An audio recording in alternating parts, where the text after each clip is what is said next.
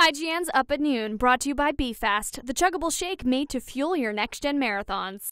Previously on Up at Noon. Hey, Greg. Hey. Did you see the new Star Wars footage? What? No, what? Yeah, somebody bought a Laserdisc, and there's totally 38 minutes extra on there. Okay, put it on. Put it on. All Let's see right, it. cool. Hi, Ben. Ben Kenobi. Is this good? Do I need more or less chest? More chest? No. More chest? Stop. You ever been to Dagobah on a motorcycle? Hola. Have you seen my lightsaber? I chose the big one. You know, I can actually take your clothes off with my mind. It's one of the perks of being a Jedi. It's French for Jedi. Tell me when you see nipple. No nipple. Tell me when you see nipple. How's your body feel? Kenobi. Hi, Ben. Ben Kenobi.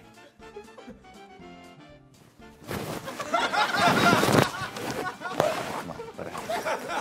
Star Wars. Star Wars.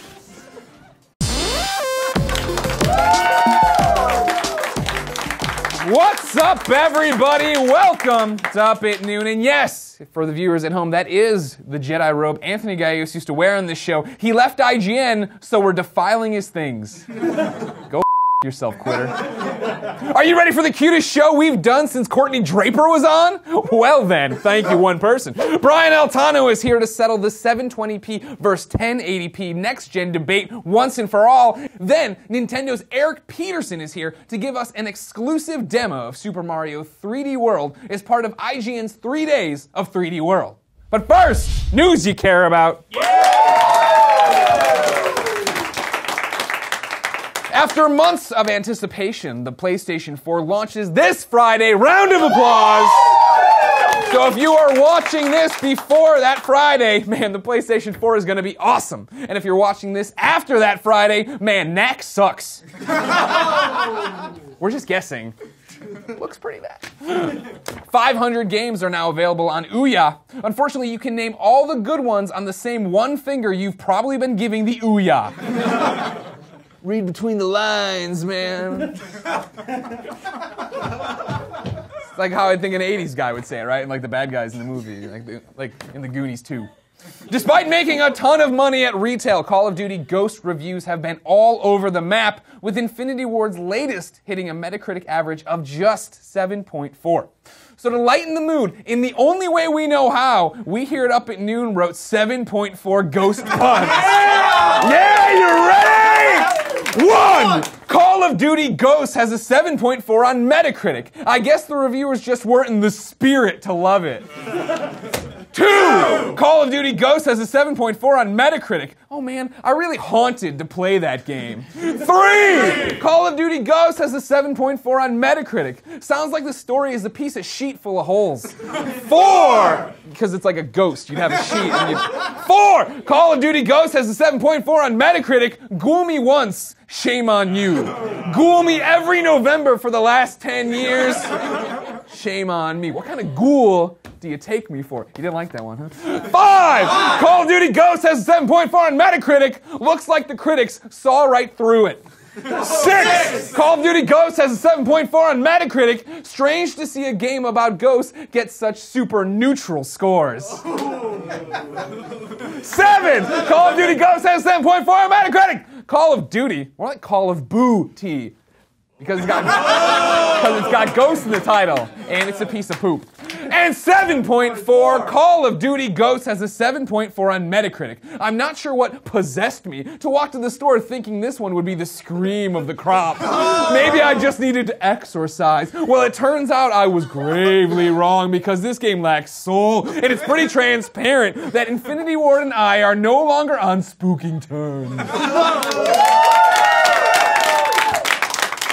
Now, sure, that was actually 8 ghost jokes, not 7.4.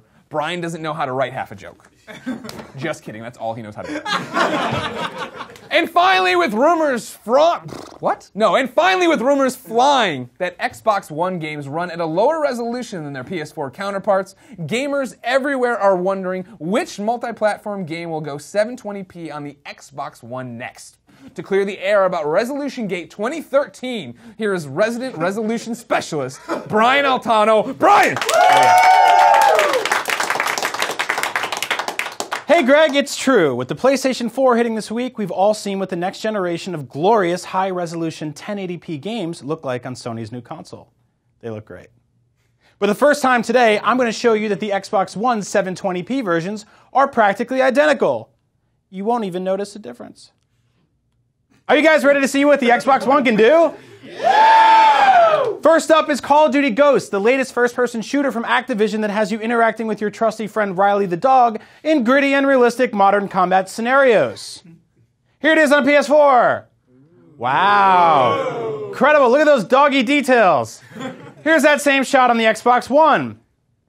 All right, so there's a slightly lower polygon count, but the Xbox One definitely makes the dog look a little bit friendlier.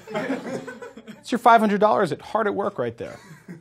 Next up is LEGO Marvel Superheroes. Now you'd think that with blocky graphics inspired by children's toys, it wouldn't matter what this game looks like. But, believe it or not, it's actually pretty gorgeous. Here it is on PS4. Look at that. And for the first time ever, here it is on Xbox One. Yeah, you can barely tell the difference there. Look how many characters they fit on screen at the same time. It's a real marvel to look at. Moving on. Assassin's Creed Black Flag is a beautiful open-world pirate game. Now here's how it looks on PS4 in all of its glory. Yeah. Pretty epic whale battle there. Look at those unparalleled water effects. Let's check out that same shot on the Xbox One. Look at that whale. I'd even say the colors are brighter, and it's got a girl in it. That's exclusive. Well, there you have it. The power of one. It's going to be a long console war. Brian Altano, everybody. Wow. Leave it to Brian to take something fun and twist it all around. Speaking of twisting fun all the way around, Nintendo's twisting everything you know about Mario by adding a cat suit to the mix. Does it sound crazy? Well, it is, and I love it. Here to tell me all about Super Mario 3D World is Nintendo's Eric Peterson.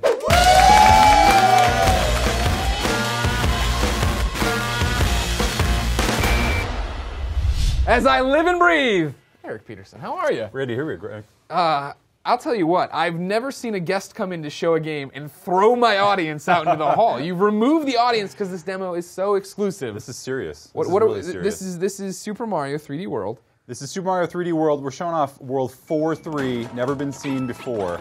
And, you know, longtime fans of Mario games are going to notice that there's something similar here to the Galaxy series. So this is the beat blocks that appeared in the Galaxy games, but there's a big twist in this one.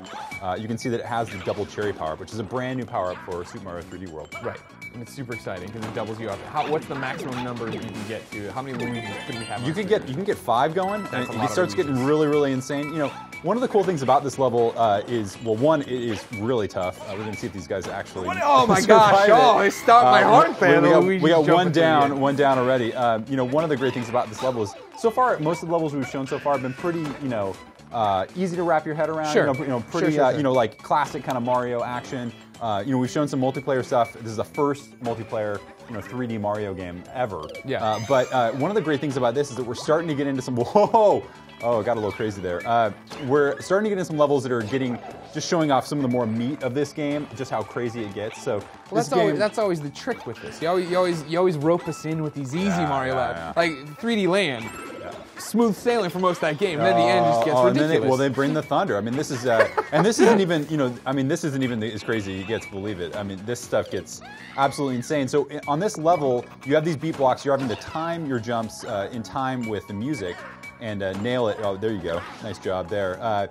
But in addition to that, you have to control these multiple characters at once because of the double cherry power-up. This is classic E.A.D. Tokyo in action. Yeah, it hurts your head to watch, but it's one of my favorite levels. It is, I should say, my favorite level. I got to play it last night? That's not right. Yesterday at work, and it's fascinating. I don't know, there's something about the music and the setting and just the way it all comes together, right? The challenge of it. Well, and for me, it's like the stress of having, you know, when you have the double cherry, it's just so awesome to control multiple characters. But in this one, for example, to get up to that top of that platform, they had to have 4 of them to survive. So as you're going through the level, you're like, I can't let my little copy here fly off the edge. because I need him to get through these secrets later in the level. Well, I mean, that's what's so fascinating for me about the world is the fact that you can play through the whole thing by yourself, but you're going to get to moments like that where you need to have kept one of your shadows around, or you can jump in with your friends, and try to keep your four friends together. Well, so a couple of things about this game, I mean, I've been playing these games, my entire life, and one of the things that I always look for in a flagship Mario game, and this is totally that flagship Mario title, is that fun single-player experience. When I've been playing this game, back in the office, I've been playing it all the way through single-player. It is incredible single-player experience. You can go through this whole game and have a completely different kind of gameplay experience than you play with your friends with multiplayer. The game gets, especially for levels like this, you can see a little bit of competitive action there. These guys are throwing each other off the ledge, which is what happens every time I play with my friends, by the way. But it's just a completely different experience. It's almost like playing a completely different game. Well, I mean, that's what's really, for me, the mind-bending part of it, right? Is that when I play by myself, I want every star, I want every stamp, I want every coin, you know what I mean? But then when I'm playing with friends, I am either trying to be in first place, or when I'm no longer in first place and I don't have the hat anymore, I'm immediately trying to grief them. You want to ruin them. And in a level like this, half the time you're just like, can we survive? Yeah. And they're having trouble right now. And they can't, apparently, survive. It should be pointed out that the people at home hear the level of music. Yeah. The people in the room do not. No, do not. And I could not imagine playing this game that is completely musically based. Playing a beat block and level. Toad just killed Luigi. The tensions are high now. So this is the infighting that you can expect on a certain level. Multiplayer, and this is just 2 players. With 4 players, this game gets absolutely There we go. Now with some really, music really to help crazy. people out, to make the professionals not look like fools. Yeah, I mean, I remember the first time that I played this level, this is kind of what you expect out of every Mario game, but there's always those moments happened in, 3D Land, in Galaxy, and Galaxy 2, where, you think you have things figured out. You're like, oh, okay, it's a beat block level. I think I kind of know this. And then you get into this thing, and then they throw that double cherry at you, and you're like, wait a second. I have to get through this level, and I have to keep track of both these guys at the same time, and it's multiplayer, and they keep adding layers on top of layers, and it just makes it so much more difficult and fun. Oh.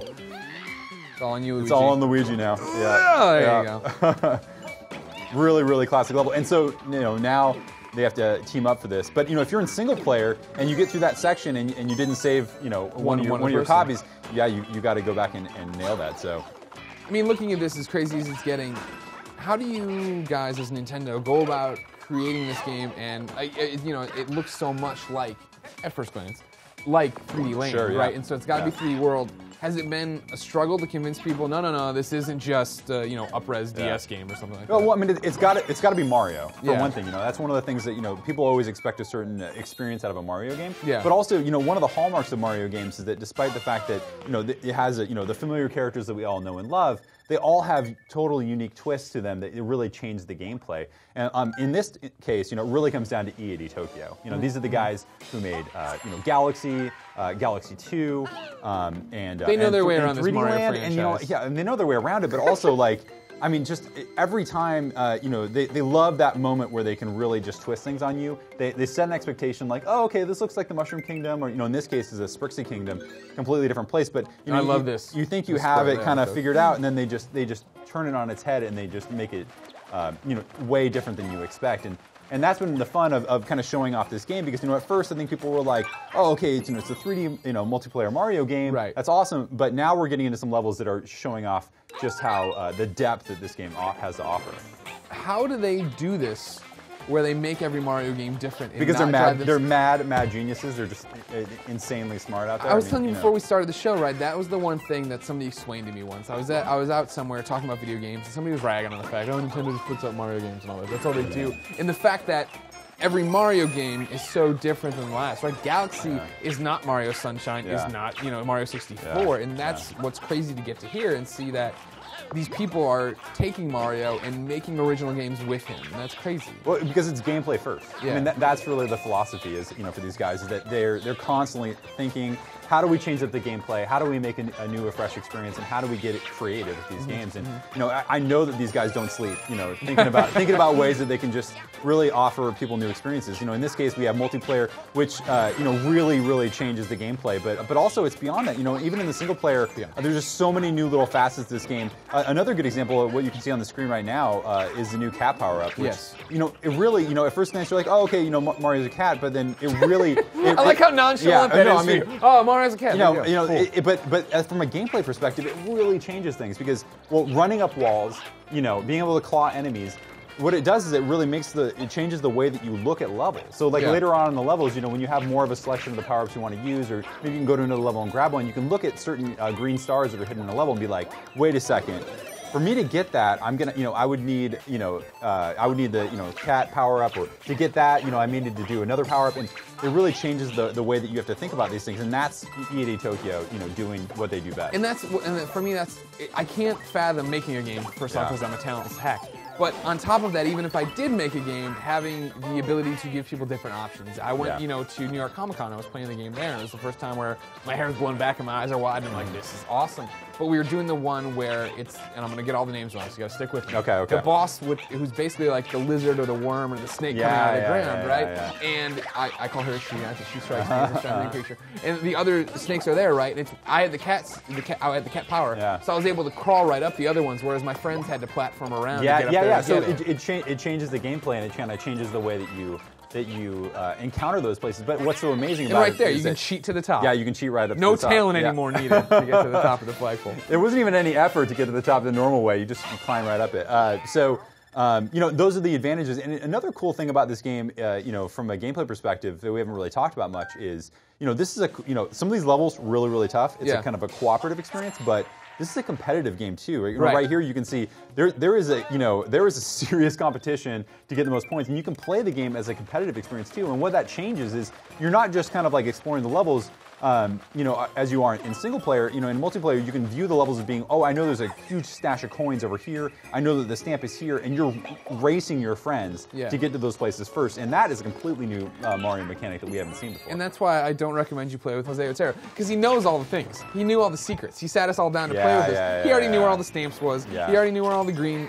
Get out of here. I don't like it. It's I thought you were going to accuse him of what I often get accused of, which is I'm the guy who just throws people just straight up. No, I like doing it too. That's what I was doing to Brian Altano. You got to grief. You got to grief. That's what it's all about. Thank you. You know what it's all about. I mean, the crown right here. I haven't seen Luigi going after it. You butt stomp on top of it or even around it. You can take it. You're going to get it right back. Yeah. I mean, and that's what you do when you don't get it the previous level. Oh yeah. And that's how you take out. You're bitter and you're angry about it. Absolutely. And even right here, you can go after each other with the piranha plants you get to carry. It's like, you guys have taken, the regular Mario is here. The competitive Mario that you just want to be the best Mario player and get all the coins is here. And then it's just like, let's be jerks Mario. That's the next one you've built in. Absolutely. And that is really fun too. One of the cool things, just talking about kind of keeping it fresh and keeping it different.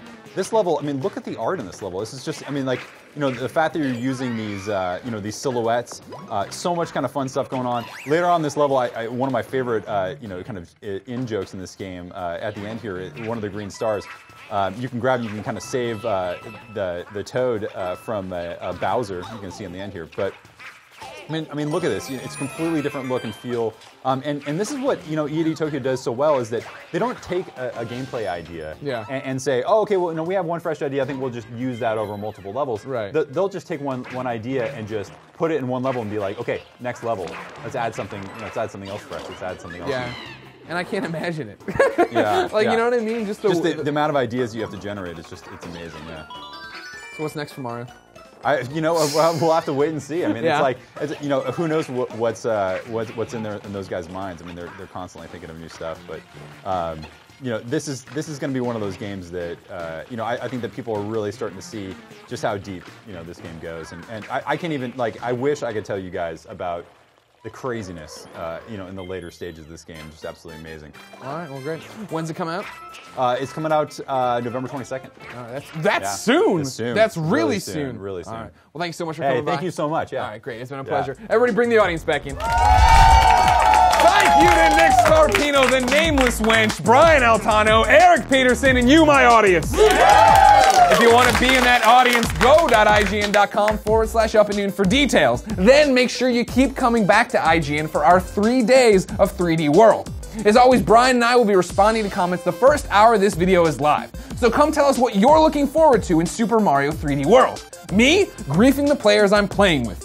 We'll be back next Monday with the VGA's Jeff Keighley. But until then, I'm going back to bed. DaveFenoy.com.